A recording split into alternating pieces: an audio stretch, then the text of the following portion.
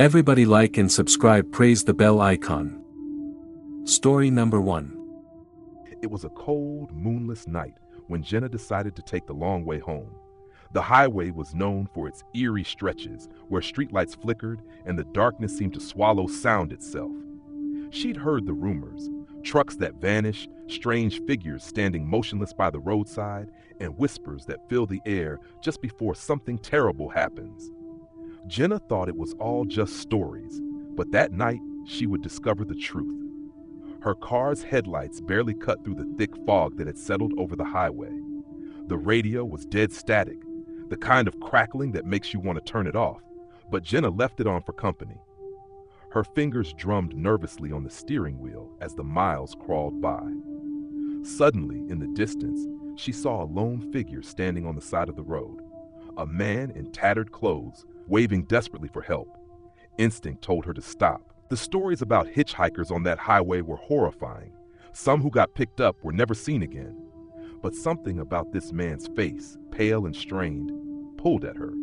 She slowed, rolled down her window, and asked if he needed a ride. He nodded, stepping into the car without a word. His eyes were hollow, sunken deep as if he hadn't seen the sun in years. As they drove, Jenna tried to make conversation, but he only stared straight ahead, lips moving in silent murmurs. Then the radio began to change. Static shifted into soft whispers, and suddenly a chilling voice crackled through the speakers. "Turn back. Don't look." Jenna's heart pounded. She glanced at the man, but he was gone. The seatbelt lay slack, the window was shut tight, and the air was unnervingly cold. Confused and terrified, she slammed on the brakes. The car skidded to a stop, headlights illuminating the roadside. The man was standing there again, but this time closer. He raised his hand, pointing down the highway. Jenna looked in the direction he indicated and saw a car wreck, twisted metal and broken glass littering the road. A faded, blood-stained sign beside it read, "Last exit 10 miles, turn around." She tried to start the car, but it wouldn't budge. The engine sputtered, then died. The whispers on the radio grew louder, surrounding her like a living thing. Panic surged, and Jenna grabbed her phone. No signal. Suddenly, headlights appeared far behind her, growing closer, but no car ever emerged. Instead, the road behind was empty, silent, as if the approaching light was a ghost chasing her down the highway. Jenna's breath came in ragged gasps. She looked in the rearview mirror. Reflected there was the man, only now his face was twisted, broken, bleeding from eyes that shouldn't have tears. Then he vanished. Minutes or maybe hours passed. Time lost meaning on that cursed stretch. When the first rays of dawn broke through the fog, Jenna's car suddenly roared to life. She didn't hesitate. She floored the gas and didn't look back. When she finally reached civilization, she found a newspaper on the passenger seat, dated 10 years ago. The headline, "Local man dies mysteriously on highway, vehicle found abandoned." Jenna's blood ran cold. The man she had picked up wasn't alive, and that highway, she realized, had claimed him, and almost her, too. But some part of it still lingered in the night, waiting for the next traveler who dared to stop. Story number 2. Late one rainy night, a young woman named Claire was driving home along a long stretch of highway that cut through a dense, isolated forest. The rain hammered her windshield, and the headlights barely pierced the thick darkness. She was exhausted, but desperate to get home after a long day. The road was nearly empty, except for the occasional flicker of distant taillights disappearing into the night. About an hour into her drive, Claire noticed something strange. A car ahead of her was moving erratically, slowing down suddenly, then speeding up, almost as if the driver was playing a dangerous game with the road. As she got closer, she saw the car was old, battered, and barely held together. Its taillights flickered like dying embers. Suddenly, it slammed on its brakes without warning. Claire swerved to avoid crashing into it and slammed on her own brakes. The car then jerked forward and pulled onto the shoulder. Curious and a little unnerved, Claire slowed down as she passed the vehicle. She caught a glimpse of the driver's face, gaunt, pale, eyes wild and unblinking. Before she could process it, the car lurched back onto the highway and sped off, weaving dangerously close to Claire's car. Her heart pounding, she tried to accelerate away, but her headlights suddenly flickered and went out. The car's engine sputtered. Panic surged through her as she struggled to keep control in the pitch-black night, rain drumming relentlessly. Her phone buzzed with no signal. Then, from the rearview mirror, she saw it again. The eerie car, following at a slow but relentless pace, its headlights now glowing an unnatural, sickly green. Claire's mind raced as the car behind her blinked its high beams repeatedly, almost like a signal. Fear gnawed at her. This wasn't just a reckless driver, it felt like something else entirely. She took the next exit ramp and pulled into a gas station, desperate for help. The place was deserted, except for a lone attendant who looked up as she stumbled out, drenched and shaking. Before she could speak, the attendant's expression twisted. His eyes were hollow, and his smile didn't reach his face. "You shouldn't have stopped," he whispered. Claire spun around, heart in her throat, and saw the old car parked just behind the pumps. The driver's door creaked open by itself. From the shadows inside the car, a whisper reached her ears, cold, hollow, and filled with malice. "Stay forever." She ran, but the rain seemed to slow her down. Behind her, the car's engine roared, and the highway stretched endlessly into darkness, swallowing her screams. When the police found her abandoned car weeks later, the only trace was a strange message scrawled on the dashboard in the condensation. "Don't stop on the highway." Story number 3. It was a cold, moonless night when Mark decided to take the long way home, driving down the stretch of highway known to locals as Widow's Pass. The name alone was enough to unsettle most drivers, but Mark, exhausted from work, just wanted to avoid the busy main roads. The highway was isolated, a narrow ribbon of asphalt cutting through dense forest where the trees seemed to lean in close, swallowing the headlights' beams. As he drove deeper into the night, the radio suddenly flickered and died, leaving him with nothing but the hum of the engine and the occasional crunch of gravel beneath his tires. Then, out of nowhere, a figure appeared on the side of the road. A woman, pale and soaked, her clothes torn and dirty, waving her arm weakly in the darkness. Instinct told Mark to slow down and offer help. He pulled over and rolled down the window, the cold night air rushing in. "Are you okay?" he asked, but she didn't respond. Just stared at him with eyes so empty they seemed to reflect the darkness itself.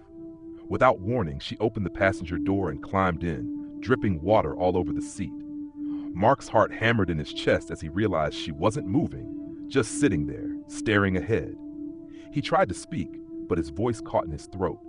The engine sputtered, then died. Panic set in as he reached to restart the car. The radio crackled back to life, but instead of music or static, a whisper echoed through the speakers. "Don't look back." Mark's eyes snapped to the rearview mirror. Reflected in the glass was a second figure, a man, face obscured, standing directly behind the car, though Mark was certain he'd seen no one when he stopped. The whisper came again, chilling and urgent. "Drive. Don't stop. Don't look back." His hands trembling, Mark slammed the gear into drive and sped forward. The woman's icy grip tightened around his wrist as the car roared down the highway. The trees blurred past, and the whispers grew louder, now a chorus of desperate voices warning him, pleading for escape. Suddenly, the road twisted sharply, and a figure stepped onto the asphalt. Mark swerved violently, narrowly missing the shadowy silhouette. The car fishtailed and skidded, finally crashing into the ditch with a sickening thud. Mark's breath came in ragged gasps as he unbuckled and stumbled out. The woman was gone. The man was gone. The voices faded into the night, leaving only the silence of the empty highway. Shaking, Mark made his way back to the road and thumbed for help. When the sheriff arrived, he found the car abandoned, with no sign of the mysterious passengers or the shadowy figure who'd almost caused the accident. Weeks later, Mark learned the horrifying truth. Widow's Pass was infamous for a tragic accident decades ago, where a young couple driving home from a party crashed and died in that very spot. Since then, drivers had reported ghostly figures hitchhiking, strange voices on radios, and sudden apparitions that led to crashes. Mark never took Widow's Pass again.